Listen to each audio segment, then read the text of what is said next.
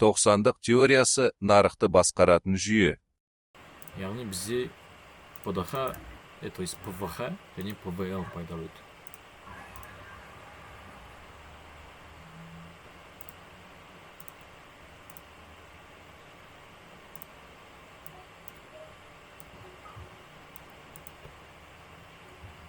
Дұрыс па? Иә. Енді мен күнмен қалай байланыстырамын мен соны. Біз енді понедельник ашылған күтеміз. Понедельник ашылады бізде бірінші. Бізде осы жерден, яғни понедельник бізде мына жасыл свеча болғандықтан осы жерден ашылады. Понедельник ашылды. Бізде понедельник сразу шортқа кетеді. Негізі мына моментте бізде ешқандай ештеңе бір жақтылық жоқ, яғни баға ішіне жабылды. Бірақ лоуны тазартқан жоқ бізде. Больше бізде лоуға шортқа кету керек. Яғни мына ПВЛ ликвидность бір жағынан жақын, бір жағынан астында екі ликвид бар. Ол былай кете алады. Бірінші хайын алады, и сосын шорт кете алады. Немесе шорт алады, сосын келесі свечалардан хайға кетеді. ПВХ-ға. Енді қазір қараймыз соны. Яғни баға ашылды бізде. Мына жерден кішкене көтеріледі. Бірақ жұма күнгі қайда алмайды, қайда аламайды. Кішкене көтеріліп, баға құлап кетеді. И дәл осылай жабылады. Алған жоқ бізде ештеңені. Бірақ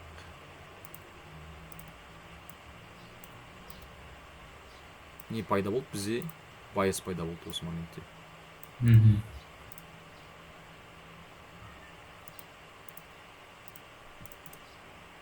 Бір жақтылы уже келесі күн біз точно мына лоу және ПВЛ-ға баратын білеміз. И не істейді бізде. Келесі күн ашылады, былай істейік, так.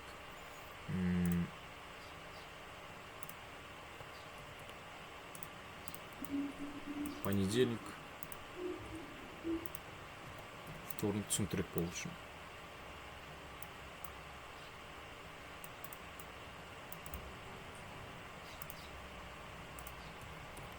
Среда. Monday, Tuesday, Wednesday, Thursday, Friday.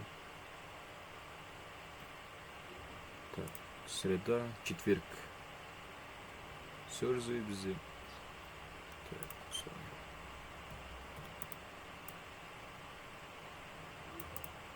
және ол бізде жұма күнгі.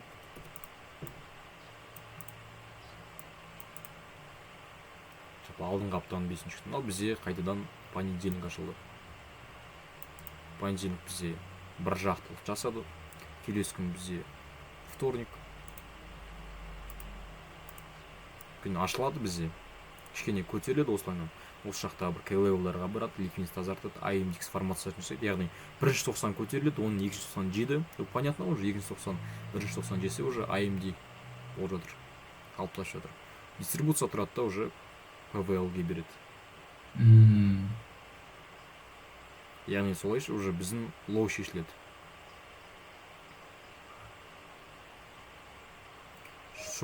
Шешілді, и бірақ осы моментте бізде баға не істейді?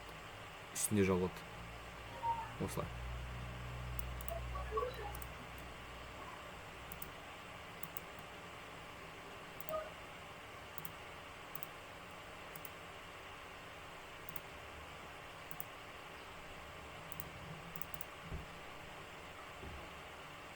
Яғни үстіне жабылды.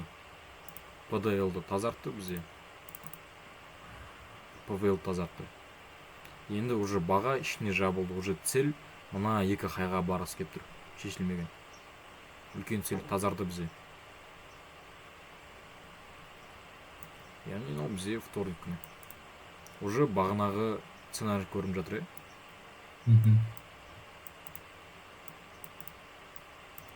Яғни вторник уже среда бізде получается мына понедельниктің хайына барады.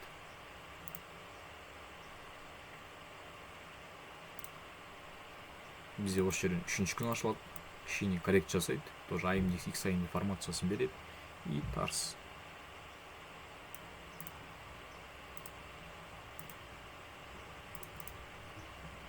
Бұл жерде бізде қайтадан бір жақтылық пайда болды. Байыз.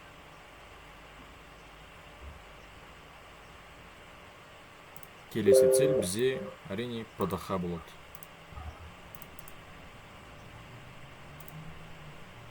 Баға бізде ашылады. Тоже кене шорт кетеді. Коррекциясын жасайды, яғни тиын жасайды да қайтадан жоғары жабылады осылай. Тоже бізде байыс пайда болды.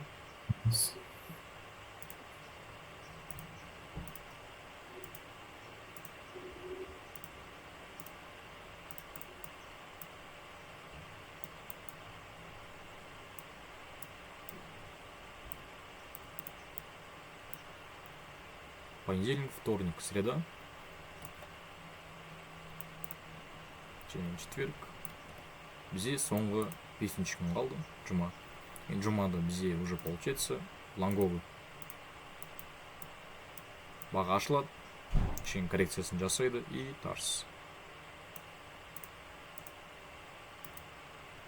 И осылайша бізде осындай көрініс пайда болды. Байс.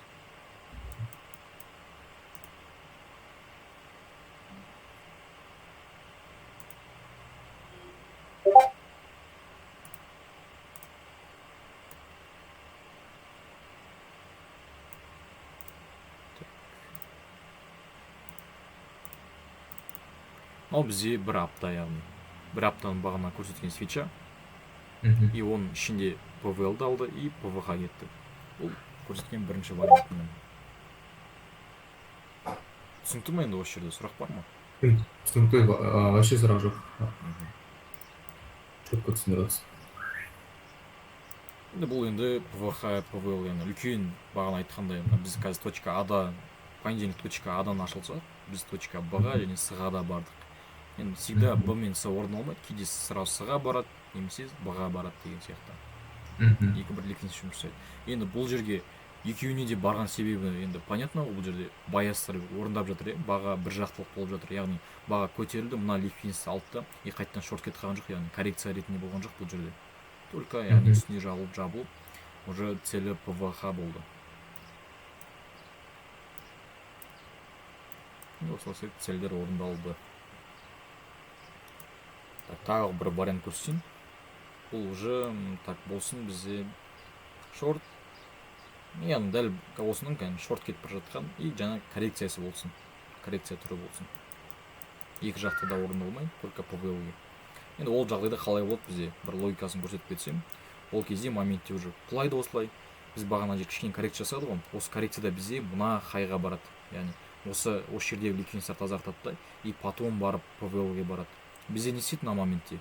Бұл жердегі сценарийде бізде баға шорт кетті, бізде әдейі жоғарыда ликвидность қалдырып кетті, өйткені бұрылып кету үшін баға. Бензин жинап и дальше бұрылып кету үшін. Әдейі жоғарыда ликвидность қалдырды. Ал екінші вариантта бізде сразу баға осы цельге жетпей, жоғарын тазартып, яғни қайтадан келесіде келмеу үшін келмейді да. Сол үшін сразу шорт кет қалу үшін осы жоғарысын тазартып кетеді.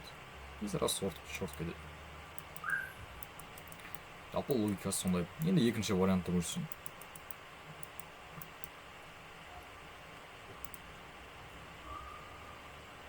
Екінші вариант, лайсик.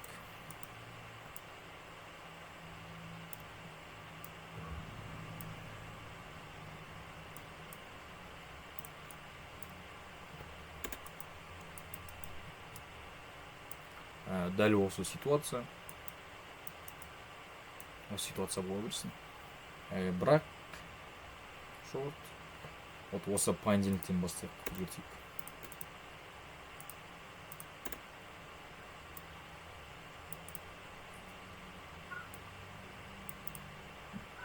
Понедельник, вторник, среда, четверг, пятница.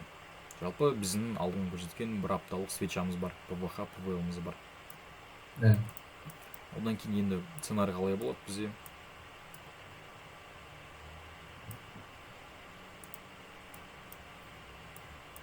Осындай бір ликвидность қалдырады. Пятница күнгі.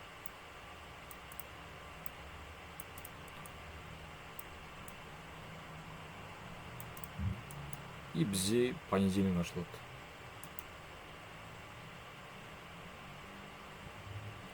Понедельник сит, бізде понедельник. Получается, бізде осы хайында жабылады. баға осыны яғни баяс жасайды бізде. Мгм.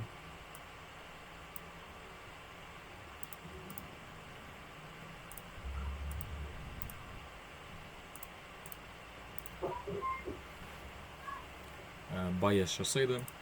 Және бізде получится әлі шорттағы екі лоу, PVL, ешқандай PDL шешілген жоқ. Және бізде закреп денесімен баяс жасады. И бізде енді қандай сценарий болды, енді уже келесі свеча бізде получается PDH болып тұр ғой. Бізде именно осы моментте екі ликвидность қалдырып кетті. PDH бар и мына свеча. Яғни мына свечаның арасында бізде как консолидация жүріп жатыр, мына жерде екі свеча. Лоуын да алған жоқ, хайын да алған жоқ бізде четверіктің. Мгм. Енді не істейді ол? Үшінші свеча тұрады да. Яғни екінші, то есть екінші күн ғой бұл. Понедельник, вторник күн. Баға көтеріледі, екі ликвидті тазартады. Мгм. Тазартып, осыны қызыл свеча болады бізде. Қара свеча. Яғни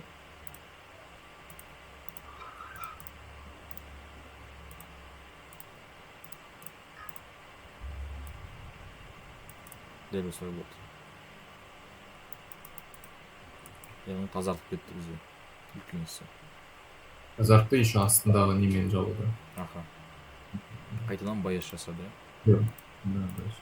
Немесе дәл осылай, бірақ баяс жасамауы да мүмкін осылай. Мгм. Осылай қалды. Бірақ бәрібір пока шартовый болып тұр. Немесе осылай қалып қалса, мына лоу алынбай. Мгм. Баға ашылады қайтадан. Бірақ логика понятно уже. Шорт екен. Көтеріледі кішкене, тағы коррекция алады. И осылай жабылады.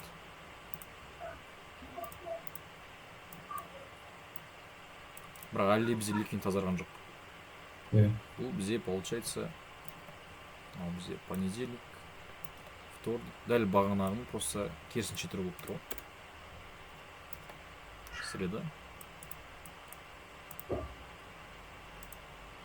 Және четверг болады. Төртінші күн уже тарс кеседі.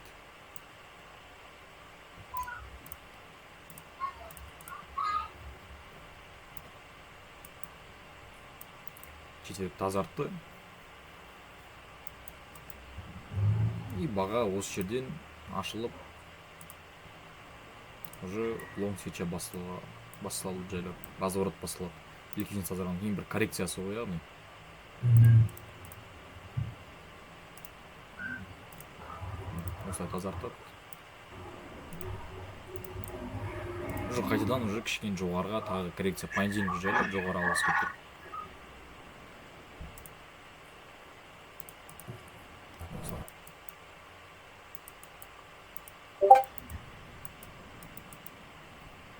Бұл бізде пятница. Бұл жерде яғни бізде тек қана PVL мен орындаған ликвидность жұмыс.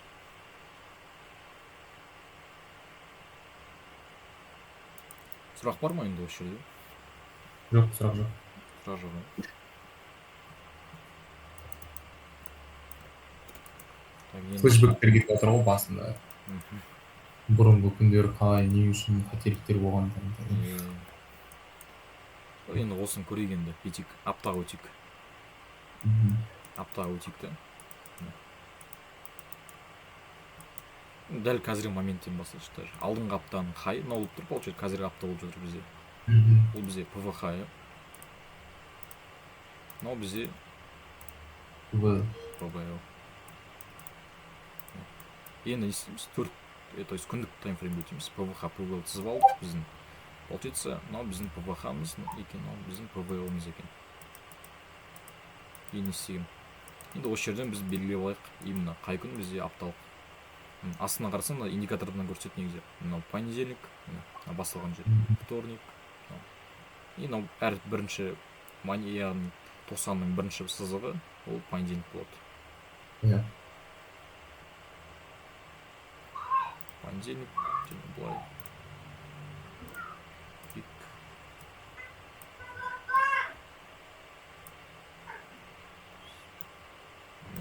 Мынау біздің аптамыз, яғни алдыңғы аптаның болған жері. Хай мен лоу. Мынау бізде понедельник не істеді. Құлады, өссе осылай жабылды жалпы свеча шартовый болып. Мгм. Бірақ бізде мына хайын алмаған. Хайын алмаған әлі. И не істеген баға. Вторник тұрады да бізде тоже кішкене коррект жасап, и не істейді бізде байыз жасайды. Мгм. И бүгінгі күн. Бүгінгі күн понятно уже біздің цель не? ПДЛ емес па, иә? Иә. ПДЛ. ПДЛға жасады. Цель жалпы орындалды бүгінгі. А былай вообще целі негізі пока ПВЛ болып тұр. Енді ПВК қандай жағдайда кетуі мүмкін? Егер 5 сағаттың ішінде баға осының үстінде жабылады, Мгм. и баға келесі күн тарс жоғаратады мына қайға. Мгм. И солай ПВХ алып келеді. И разворот солай біле аласың, яғни ПВХ ма, цель ПВЛ ма. Яғни бүгінгі күннің баясы ертең күнді айтып тұр, шорт лонг кететін. Бүгін решающий болып тұр ғой. Иә. Дәл солай. Вопрос бар ма енді осы жерде? Жоқ, енді түсінікті.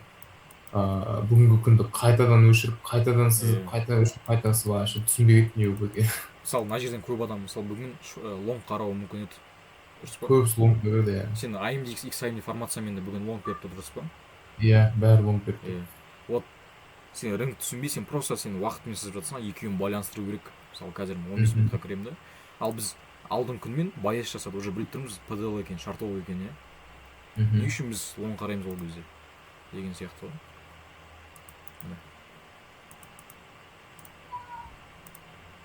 Былай сызғанда. Бізде AMD болған жоқ, былайынан шартовый кетті. Иә. И қазір 3-ші тоқсан бізде не 2-ші тоқсан хай, не лоу наған жоқ бізде. Мгм. 3-ші тоқсанды бөлсін, вот осыны айтсам ашытты. 3-ші тоқсан негізі орындалып қойды өзінікі. Мына жер Q1 хай, жер Q1 лоу. Иә. Қазір осылай бізде 5 минутқа өтейік. Осылай шорт кету керек енді. Может ПВЛ-ге, может ішінде жабылады деген сияқты. Сол үшін қазір 50-50 болғаннан кейін мен бүгін сделка кірген жоқпын. В целом бұл апта кірген жоқпын мен. 3 күн болды кірген жоқпын. Негізі понедельник жақсы болды идея. Сделка понедельник по идее лонг қарағым келген мен. Бірақ өткізіп жібердім мен уже моменттерін бәрін. Тағы жақсырақ момент күтейін деп. Яғни қинамаймын өзімді бүгін сделка ашу керекпін деген жоқ. Иә. Зачем, если толық түсінбесең, просто так ашып риск көбейіп қой, чем ақша табуынан жоғалтуыңа. Әрине. Мен осы уақытқа дейін тренингте түсінген, торгует только то, что ты понимаешь. То есть очевидно болып тұрған нәрсені, көріп тұрған нәрсені ғана торговать ет, а түсінбей тұрған нәрсені торговать етпей қой, потому что тұрған жоқсың. Просто адамдар қазір мен торговать ету керекпін, мен кіру керекпін деп уже ауру болып қалған уже. Бір күн кірмесе өзін не қыламайды, жүре алмайды уже. Оны жіберу. За рулем кетіп торговать ететін. Қарай берді уже, не қылған ол? Наркоман болып қаласың ғой, трейдингті ашып қарай бересің. Мен де болғам ондай басында. Просто торговать етпеймін деген күннің өзінде бірақ по-любому қарап отырасың да, не болып жатыр екен деген сияқты. Иә. Сделка ашпасың да қарай бересің. И сосын мен қойдым ол телефоннан қарауды. Телефоннан қарап сырттан жасай беретін. И сосын мен только чисто ноутқа ауыстым мен. Үйге келесің, чисто тыныш, ешкім жоқ, ешкім мазаламайды, сол жерден ғана жасайсың өз ойыңмен.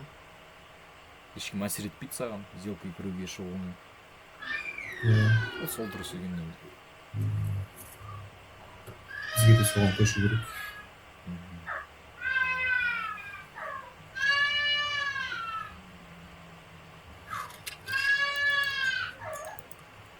Жалпы осылай бүгінгі сабақ байыз, жұмысы дәл осылай сызып, басқа да моменттерді көріп, сұрақтар қойып, яғни бұл енді бірақ енді 100% орындалмайды, яғни уже логикасына қарай ғой, рыноктың ликвидностьтарға қарай. Біз қазір сыртынан ғана жасап жатырмыз, ары қарай тағы уже байланыстырған кезде уже тағы түсініктірек болады.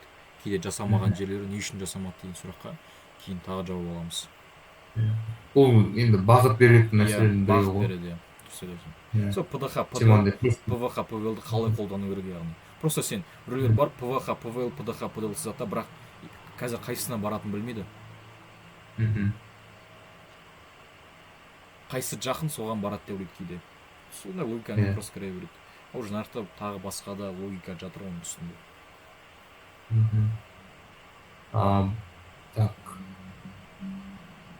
Все, в принципе, ПДЛ мен ПВХ мен ПДЛ мен так дневной мен и недельный мен ғана қараймыз ғой бұны. Иә. 4 сағатқа өтудің қажеті жоқ Жоқ, қой. пока қазір солай. Ол жақта шум көп болып кетеді Иә, ма? шум көп болады. Ага, всё, хорошо. Шатаспау үшін қазір осылай.